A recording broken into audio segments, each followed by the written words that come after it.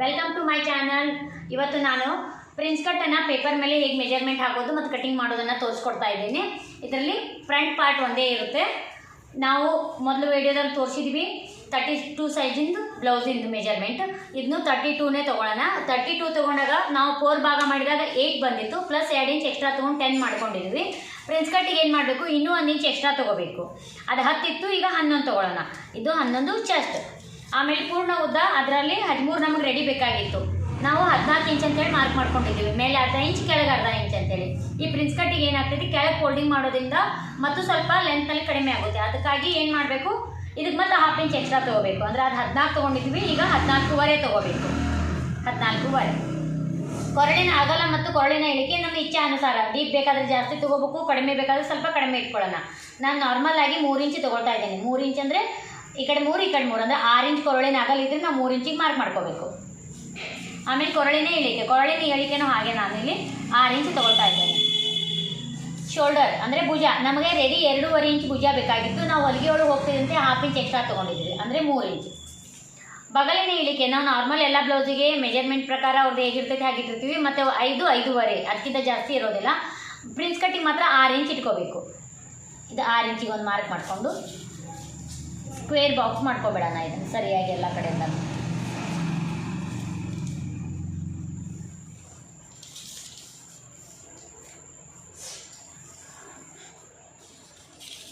ಬಗಲಿನ shape ಕೊಡೋಕ್ಕೆ ಇಲ್ಲಿ ಅರ್ಧ ಇಂಚಿಗೆ ಮಾರ್ಕ್ ಮಾಡಿಕೊಂಡು ಇಲ್ಲಿಂದ ಸೇಪ್ ಕೊಟ್ಕೊಳ್ಬಿಡೋಣ.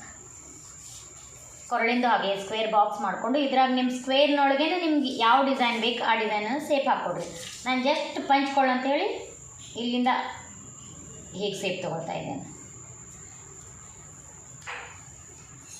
ಪ್ರಿನ್ಸ್ ಕಟ್ಟಿಗೆ ಏನಿದೆ ಇದು ಫ್ರಂಟ್ ಭಾಗದಲ್ಲಿ ಇಲ್ಲಿಂದ ನಾವು 32 ಸೈಜ್ ಆಗಿದ್ದಕ್ಕೆ 3 ಇಂಚಿಗೆ ಮಾರ್ಕ್ ಮಾಡ್ಕೊಳ್ತಾ ಇದ್ದೀವಿ.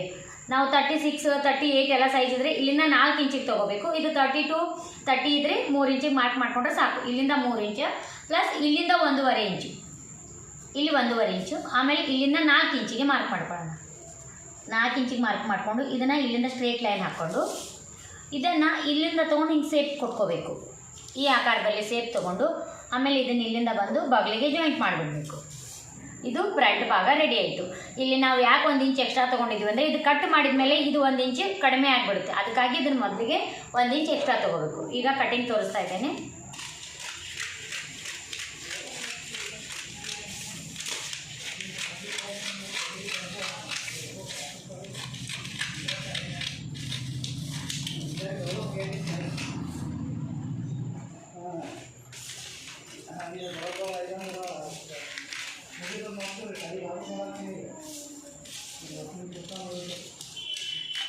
ಮೊದಲಿಗೆ ಈ ಲೈನನ್ನು ಕಟ್ ಮಾಡಿಕೊಂಡು ಸಪ್ರೇಟ್ ಮಾಡಿಕೊಂಡು ಇದು ಹೇಗೆ ಸೇಪ್ ಇರುತ್ತೆ ಈ ಸೇಪಿನ ಥರನೇ ನಾವು ಹಿಂಗೆ ಕಟಿಂಗ್ ಮಾಡ್ಕೊಂಡು ಬಿಡಬೇಕು. ನಾವು ಫ್ರಂಟ್ ಬಟನ್ ಬೇಕಾಗಿದ್ದರೆ ಇದನ್ನು ಕಟ್ ಮಾಡ್ಕೊಳ್ಳೋಣ. ಫ್ರಂಟ್ ಪ್ಯಾಡ್ ಆಗಿದ್ದರೆ ಇದು ಹಾಗೆ ಪ್ಯಾಕ್ ಇರಲಿ. ಬ್ಯಾಕ್ ಬಟನ್ ಬೇಕಾಗಿದ್ದರೆ ಇದು ಓಪನ್ ಮಾಡಿದ ಮೇಲೆ ಹೇಗೆ ಕಾಣಿಸ್ತೈತಿ. ಈಗ ಇದನ್ನು ಸ್ಟಿಚ್ ಮಾಡ್ಕೋಬೇಕಾದ್ರೆ ಇಲ್ಲಿಂದ ತೊಗೊಂಡೋಗಿ ಹಿಂಗೆ ಸೇರಿಸ್ಕೊಂಡ್ಬಿಟ್ರೆ ಆಯಿತು. ಇದು ಇವತ್ತಿನ ಪ್ರಿನ್ಸ್ ಕಟ್ಟಿಂಗ್ ಪೇಪರ್ ಕಟ್ಟಿಂಗ್ ಆಯಿತು. ಮೆಜರ್ಮೆಂಟ್ ಮತ್ತು ಪೇಪರ್ ಕಟ್ಟಿಂಗ್ ಆಯಿತು. ನಿಮಗೆ ಇಷ್ಟ ಆದರೆ ಸಬ್ಸ್ಕ್ರೈಬ್ ಮಾಡಿ, ಫಾಲೋ ಮಾಡಿ, ಲೈಕ್ ಮಾಡಿ. Thank you.